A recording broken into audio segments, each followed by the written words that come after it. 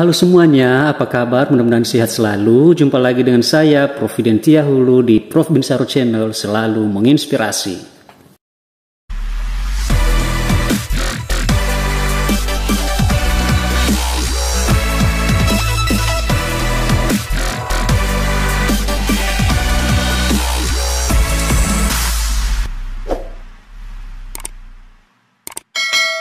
Baiklah, kali ini kita akan membahas seperti apakah peraturan pemerintah dalam pengadaan pegawai pemerintah dengan perjanjian kontrak atau P3K di tahun 2022 ini.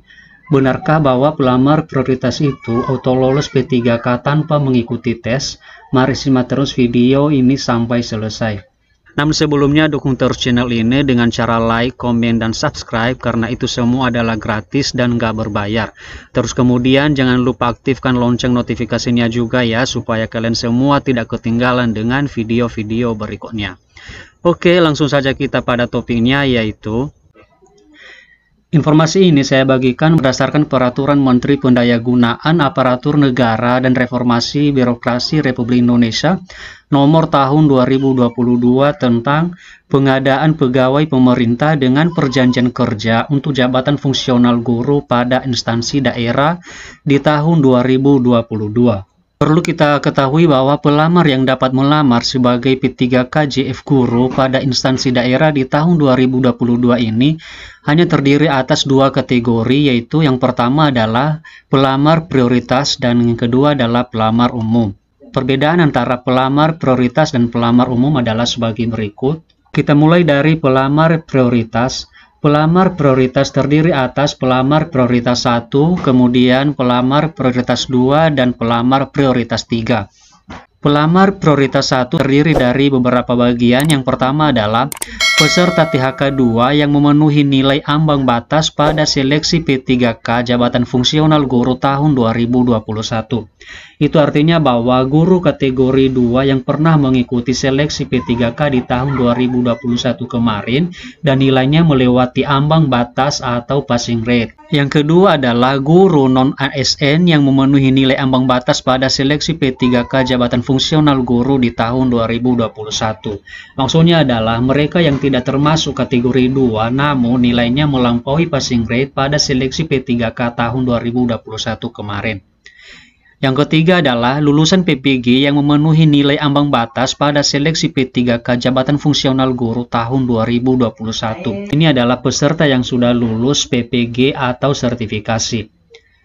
Dan yang keempat adalah guru swasta yang memenuhi nilai ambang batas pada seleksi P3K jabatan fungsional guru di tahun 2021. Artinya adalah selain guru yang mengajar di sekolah negeri, maka guru swasta juga mendapatkan kesempatan menjadi pelamar prioritas pertama dengan catatan nilainya melewati ambang batas pada seleksi P3K tahun 2021 kemarin.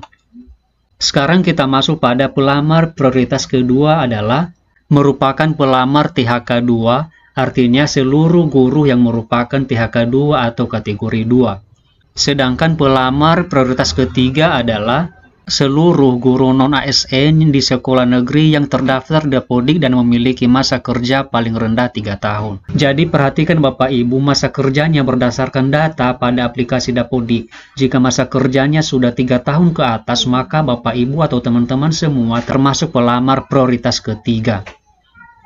Sekarang kita akan membahas siapa saja yang termasuk pelamar umum. Pelamar umum terbagi menjadi dua, yaitu yang pertama adalah lulusan PPG yang terdaftar pada database kelulusan PPG di Kementerian Pendidikan Kebudayaan Riset dan Teknologi. Artinya adalah peserta atau pelamar yang dimaksud di sini adalah tidak diwajibkan harus sudah terdaftar di Dapodik atau memiliki pengalaman kerja sebagai guru. Namun jika Bapak Ibu atau teman-teman semua sudah lulus PPG, maka Bapak Ibu dinyatakan sebagai calon peserta pelamar umum. Pelamar umum yang kedua adalah pelamar yang terdaftar di Dapodik. Ini maksudnya adalah jika Bapak Ibu atau teman-teman sudah terdaftar di Dapodik walaupun belum lulus PPG, masa kerjanya kurang dari 3 tahun, maka Bapak Ibu adalah sudah termasuk sebagai pelamar umum. Nah, sekarang kita masuk pada pembahasan tentang apa sih kelebihan pelamar prioritas dengan pelamar umum. Melalui ini saya jelaskan bahwa pelamar prioritas lebih diutamakan atau didahulukan dibanding dengan pelamar umum dalam hal mengisi formasi kosong di tahun 2022 ini. Untuk ini saya ucapkan selamat kepada Bapak Ibu yang merasa termasuk atau tergolong sebagai pelamar prioritas. Silakan tetap semangat dan pantau terus informasi selanjutnya, misalnya jadwal pemberkasan. Apabila masih ada formasi kosong yang belum diisi oleh pelamar prioritas 1, maka selanjutnya diisi oleh pelamar prioritas 2. Kemudian jika masih terdapat formasi kosong, maka barulah bisa diisi oleh pelamar umum. Oke teman-teman, seperti itulah informasi terkait dengan pengadaan kebutuhan P3K tahun 2022 ini. Semoga video ini bermanfaat dan jangan lupa share ke teman-teman lainnya supaya mereka juga tidak ketinggalan dengan informasi tentang pengadaan P3K untuk jabatan fungsional guru pada instansi daerah untuk tahun 2022 ini. Terima kasih sudah menonton sampai selesai dan salam semangat.